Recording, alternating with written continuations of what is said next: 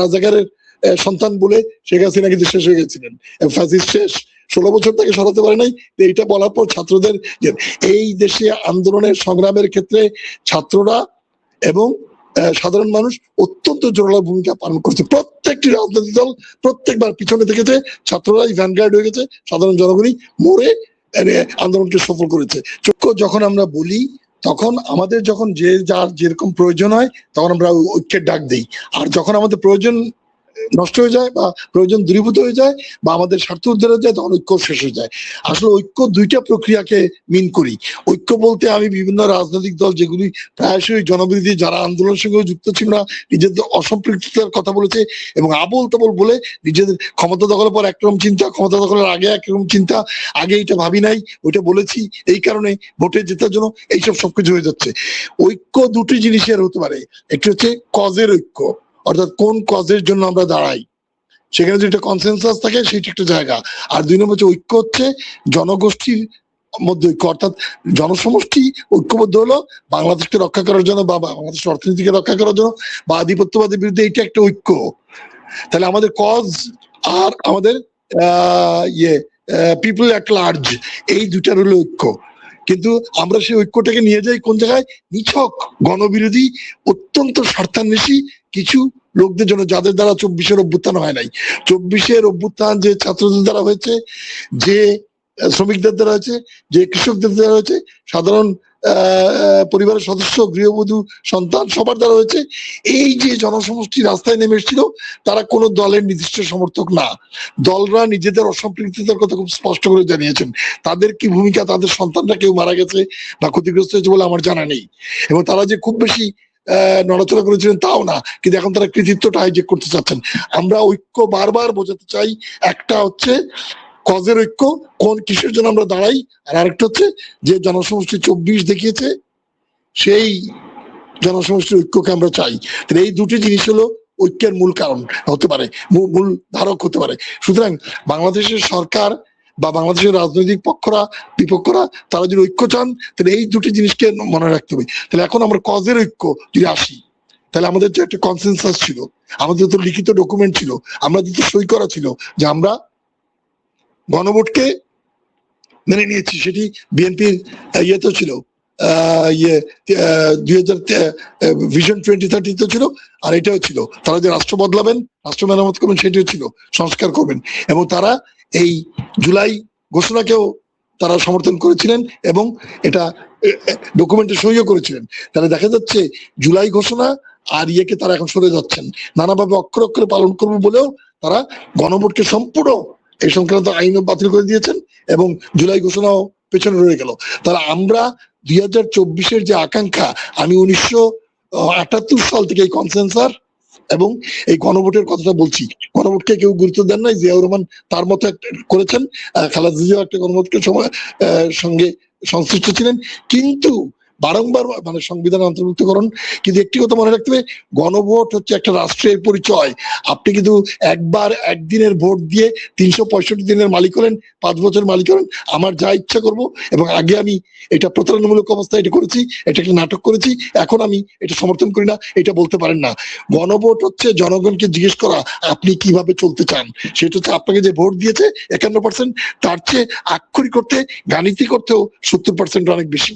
2, তারা কিন্তু জানিয়ে দিয়েছে আমরা গণভোটের মাধ্যমে আমাদের ফাইনালসে জানিয়ে দিচ্ছি, এটা হলো এই, অর্থাৎ আমরা হা ভোট দিচ্ছি এই সংস্কারের পক্ষে, যা আপনারা দাবি করেছিলেন 4টি প্রশ্নের মধ্যে আকারে, সেইটি আমরা হা ভোট দিচ্ছি। বিএনপি শেষ পর্যন্ত সেটাকে সমর্থন করেছিলেন। এখন যদি এই দুটি ইস্যুতে আমরা সরে যাই, একটা হচ্ছে গণভোট এখন বাতিল, আর আরেকটা হচ্ছে জুলাই সনদ, সেখান থেকেও আমরা যদি সরে যাই, তাহলে কিন্তু কজের ঐক্য আর জনগণের ঐক্য দুটি বাধাগ্রস্ত হয়। তাহলে আমরা কিছু সরকারি ক্ষমতাধররা উপর থেকে নিচ পর্যন্ত মাঝারি পর্যায়ে যেই বলি না কেন যে আমরা ঐক্য করতে হবে, তারা হলে ফ্যাসিবাদ এসে দেবে। আরে ভাই, ফ্যাসিবাদকে বিতরণের শর্তই ছিল আমরা এই রাষ্ট্রকে মৌলিকভাবে সংস্কার করব, গণভোট হবে ভিত্তি, আর এই যে জুলাই সনদ, সেই জুলাই সনদটা এই ফ্যাসিবাদের বিতরণের পর তৈরি হয়েছিল। তাহলে কজের ঐক্য আর জনতার ঐক্যকে ভেঙে দিয়ে আমরা কোন ঐক্য চাই? এই মৌখিক যে ভাষা কথা, সেটা তো কোনো মানে থাকে না। যেটা খালি খেয়াল রাখতে হবে এই হলো আমার এই মৌলিক বিবেচনা এটা নিয়ে। সুতরাং আপনি ঐক্যের দিকে যদি কথা বলেন তাহলে আপনাকে এই দুটো জিনিস সামনে আনতেই হবে। একটা হচ্ছে আমরা যে গণভোটের প্রতিশ্রুতি দিলাম সেটা কি হলো, সেই গণভোটে 70% যে ভোট হলো তার জনরায়কে আমরা কিভাবে দেখছি, এবং আমরা জুলাই সনদ যেখানে আমরা নিজেরা সবাই স্বাক্ষর করেছি সেই দলিলকে আমরা কেন মানবো না। তাহলে জনগণের আকাঙ্ক্ষা বৈষম্যহীন বাংলাদেশ, একটা নতুন বন্দোবস্ত, নতুন রাষ্ট্র কাঠামো এবং নতুন সমাজ জীবন এবং নাগরিক স্বাধীনতা সহ সেটা কোথায় গেল? সেইটাকে বাদ দিয়ে আমরা কিসের ঐক্যের কথা বলছি? এইখানে একটা চাতুর্য, এইখানে একটা মুখ চালানোর কাজ, এখানে একটা আপাত দৃষ্টি ঐক্যের কথা বলেও তল ঐক্যকে বিনষ্ট করার, অর্থাৎ গাছের গোড়া কেটে আগায় পানি দিচ্ছি, এটি হয়ে যেতে পারে। সুতরাং সরকারকে আমি বলবো, বিরোধী অন্য সবাইকেই বলবো যে আপনারা নিজেদের এই জায়গায় গুরুত্ব দেন যে আমাদের গণভোট আর আমাদের জুলাই সনদ এই দুটির ব্যাপারে একটা যদি চূড়ান্ত ভাবে আপনারা একটা ঐক্যে আসতে পারেন, এটাকে যদি পুনরায় সামনে আনতে পারেন, তাহলে কিন্তু আসল ঐক্যের কাজটা কজ এবং জনসমষ্টির ঐক্যটা এবং 24-এর জায়গাটা সামনে চলে আসবে। এইটিকে মনে রাখতে হবে। দুই, সেটা হচ্ছে এই যে সংশ্লিষ্ট মন্ত্রী একটা পরীক্ষা নিয়ে যেটা করলেন, এইটার ব্যাপারে তো অত্যন্ত কাছে কাজ করা হয়েছে। এই এক রাজাগারের সন্তান বলে শেখ হাসিনা কিন্তু শেষ হয়ে গেছিলেন, ফ্যাসিস্ট শেষ, 16 বছর তাকে সরাতে পারে নাই। এইটা বলার পর ছাত্রদের এই দেশে আন্দোলনের সংগ্রামের ক্ষেত্রে ছাত্ররা এবং সাধারণ মানুষ অত্যন্ত জোরালো ভূমিকা পালন করছে। প্রত্যেকটি রাজনৈতিক দল প্রত্যেকবার পিছনে থেকেছে, ছাত্ররাই ভ্যানগার্ড হয়ে গেছে, সাধারণ জনগণই মরে আন্দোলনকে সফল করেছে। 24-এও তাই ঘটেছে। সুতরাং মনে রাখতে হবে, এইবারও এটা খেয়াল রাখতে হবে, আপনি সেই ছাত্রদেরকে নিয়ে ট্যাগিং, তাদেরকে নিয়ে ঠাট্টা, তাদেরকে নিয়ে ফাজলামি করতে পারেন না। এক। 2 নম্বর হচ্ছে এটা জেনারেলাইজ করতে পারেন না। 3 নম্বর, বা আপনি এটা উচ্চারণই করতে পারেন না রাষ্ট্র ক্ষমতায় থাকা অবস্থায় শিক্ষামন্ত্রী। 3 নম্বর যেটা হচ্ছে এই যে আবহাওয়ার বিষয়টা, এইটা তো চট্টগ্রামে হয়ে গেল, সেখানে বন্ধ করতে পারলেন, তখন আর এত আলোচনা করতে হলো না। ঢাকায় এত আলোচনার কি হচ্ছে? আপনি তখন সিদ্ধান্ত নিতে পারতেন না? You could need only the prime minister, তাকে বলা যে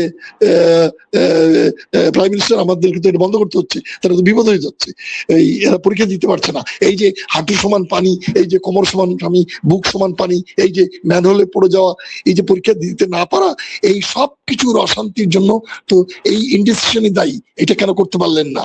আর আমি একটা সাজেস্ট, এইটা করা উচিত এবং ইমিডিয়েটলি এটাকে সমাধান করার জন্য এইসব পরীক্ষাকে কিভাবে ছাত্রদের ক্ষেত্রে আবার একটা সন্তোষ ফিরিয়ে আনা যায় এবং এই জনসন্তোষকে দূর। খালি চক্রান্ত খুঁজলে লাভ হবে না। সবাই চক্রান্তবাজ, খালি যিনি সরকারে থাকেন তিনি ঠিক, এইটা একটা বাজে কথা। সরকারের মন্ত্রীরা দায়িত্বশীল হওয়া উচিত, এটি মনে রাখতে হবে। হাসিনা এই কাজ করতে করতেই জনবিচ্ছিন্ন হয়ে গেছে। 3 নম্বর যেটা হচ্ছে, আশা করি এই সরকার সেই ভুল করবে না, প্রাইম মিনিস্টার নিজেই এটা দেখবেন এবং এটার ব্যাপারে একটা ফয়সালায় পৌঁছাবেন। 3 নম্বর যেটা হচ্ছে সেটা হচ্ছে আমাদেরকে কিন্তু একটা মৌলিক বিবেচনা সামনে নিয়ে আসতে হবে। এই যে পরীক্ষা যখন হয় সেই সময়টা যে আবহাওয়া যে দুর্যোগপূর্ণ থাকে, এটা কি আমরা জানি না? আমি এই জন্য কাউকে দোষারোপ করছি না, কিন্তু এটা আবহাওয়ার বিষয় তো আমরা জানি। তাহলে আমরা কেন পরীক্ষার সময়টুকুকে, এসএসসি এইচএসসি এরকম গুরুত্বপূর্ণ 2টি পরীক্ষাকে কেন আমরা ডিসেম্বর বা জানুয়ারি ফেব্রুয়ারি এই সময় নিতে পারি না? সাপোজ জানুয়ারি মাসে যদি প্রত্যেক বছর এসএসসি পরীক্ষা হয় আর ফেব্রুয়ারি মাসে যদি এইচএসসি হয়ে যায়, তাহলে কিন্তু খেয়াল করবেন এই শীতের কালে পরীক্ষা হলে কোনোভাবেই এত বেশি হ্যাজার্ড তৈরি হবে না। বন্যা, ঝড়, এই এই গোলযোগ এইসব কিছু হবে না। হঠাৎ করে এরকম বৈশাখী বলে স্টর্ম এরকম হয়ে যাবে না। এই সমুদ্রের অবস্থাও সেরকম থাকে না। তাহলে আমরা কেন এইটাকে ওই জায়গায় নেব না? এইটিকে আমি আরো লম্বা করতে চাই। সেটা হচ্ছে যে আমাদের বাজেটও করা উচিত এই জুন মাসকে বাদ দিয়ে। কেন জানেন? কারণ প্রত্যেকটি প্রজেক্টের টাকা খরচ হয় না, শেষ মুহূর্তে জোড়াতালি দিয়ে একটা খরচ দিকে একটা দেখিয়ে দেওয়া হয় জুন মাসে। জুন মাসে প্রায় সে আমাদের আবহাওয়া খারাপ থাকে। এইটা মনে রাখতে, এই যে আষাঢ় শ্রাবণ এগুলো এসে যায়, আমাদেরকে আমাদের পরীক্ষার সিস্টেম 2টি বৃহৎ পরীক্ষা, পাবলিক এক্সাম, একটা হচ্ছে এসএসসি যেটা একেবারে শুরু, তাদের জীবনের শুরু, প্রথম পাবলিক এক্সাম, আর দ্বিতীয় যেটা হচ্ছে যেটা এমন একটা ফেজ যেটা পেরোলে সে বিশ্ববিদ্যালয় বা অন্য হায়ার ইনস্টিটিউশনে ভর্তি হওয়ার স্বপ্ন কোন লাইনে যাবে সেই সব চিন্তা করতে পারে। এই 2টি ক্রিটিক্যাল পরীক্ষাকে আমরা জানুয়ারি এবং ফেব্রুয়ারি মাসের মধ্যে আনতে পারি, এক, তাহলে সমাধান হয়েছে অনেক বড় স্থায়ীভাবে। দ্বিতীয় যেটা আরেকটা হতে পারে সেটা হচ্ছে কি বলে, আমাদের বাজেটকেও আমরা জানুয়ারি ফেব্রুয়ারি এরকম সময় নিয়ে আসতে পারি। আর সরকারকে আমি বারবার বলবো, সরকার দায়িত্বশীল হতে হবে। সবকিছু লোকেরা ষড়যন্ত্র করে ফেলছে। এই ইন্ধন আছে, হ্যাঁ ইন্ধন থাকবে, আপনি কেন সুযোগ দেন ইন্ধন করার? ফ্যাসিস্টরা পতিত শক্তি ইন্ধন যোগাতেই পারে, কিন্তু সবাই এই ইন্ধনকারীদের কথায় সাড়া দিচ্ছে, আর মাঝে কোনো সমস্যা ছিল না। আপনি একটা বাজে মন্তব্য করলেন, কেন করলেন? আপনি কেন চিটাগাঙে পরীক্ষা বন্ধ করতে বলেন, ঢাকায় কেন করলেন না?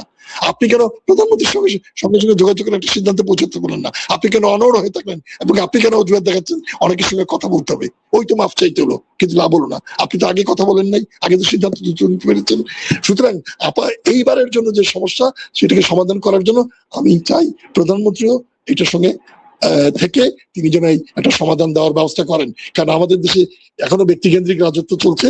ওই একটা সমষ্টি, একটা ব্যক্তিক আইন, একটা নিয়ম বিধান, কাণ্ডজ্ঞান কিছুই কাজ করে না। সেই জন্য ফার্মের মুরগির সঙ্গে তুলনা করা, তারপর ব্যাখ্যা দিতে হয় এটা আমি মেয়ের প্রসঙ্গে বলেছি, এইসব তো বলার দরকার নাই। আপনি পাবলিক এটা বলে ফেলেছেন, এটা বলার পর আপনার কোনো সুযোগ নেই এখানে সরান। তো সুতরাং এটা একটা বিহিত হওয়া দরকার, আর ছাত্রদের মধ্যে সন্তোষ ফিরিয়ে আনা দরকার। মনে রাখতে হবে, অনেকে কেউ এটা কথা বলছেন, ছাত্ররা কে ঠিক করার কবে পরীক্ষা দেবে না দেবে? একজন শিক্ষককে আমি দেখলাম টেলিভিশন সেটা বলছেন, তার লজ্জা করে না? আমি 42 বছর বিশ্ববিদ্যালয় পড়েছি, আমি ঢাকা বিশ্ববিদ্যালয় থেকে রিটায়ার করেছি, আমি এই কথা বলতে খুবই লজ্জিত। পৃথিবীর সব দেশে ছাত্ররা মার্কিং করে শিক্ষকদের জন্য, তাদের যোগ্যতা নিয়ে ছাত্ররা এই রেটিং ঠিক করে, ছাত্ররা মতামত দেয়। ছাত্রদের মতামত কিছুই না, আপনার মতামত সব। 24টা কারা করলো ভাই? আপনি তো করেন নাই, ছাত্ররা করেছে। রাজনৈতিক মাতব্বররা তো করেন, এই মোড়ল চক্র তো করেন নাই, কিন্তু তারা এখন রাজত্ব করছেন, যা ইচ্ছা মন্তব্য করছেন। সুতরাং মনে রাখতে হবে, ছাত্রদের মধ্যে সন্তোষ এনে তাদের অসন্তোষ দূরীভূত করে এমন একটা ব্যবস্থা আপাতত করতে হবে।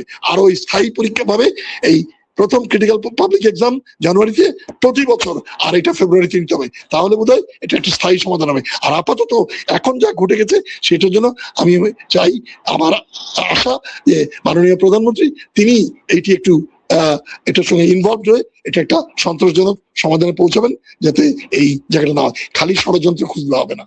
ষড়যন্ত্র বলতে বলতে একদিন যখন ষড়যন্ত্র করবে, তখন আর আপনি পারবেন না, ঠেকাতে পারবেন না। আপনি কিন্তু সেই অসন্তোষকে ডেকে আনছেন সাধ করে, না বুঝে, অজ্ঞতা দিয়ে, মূর্খতা দিয়ে, এবং দম্ভ দিয়ে, আত্মম্বরিতা দিয়ে। Don't do it. আপনি করেন নাই, আপনার মন্ত্রী করেছেন, মন্ত্রী করেন নাই, লোকজন করেছে। Don't do it. We request you not to go for this option, whereby the people will go against you, and you will find no consequences. You will find again an upsurge like 24.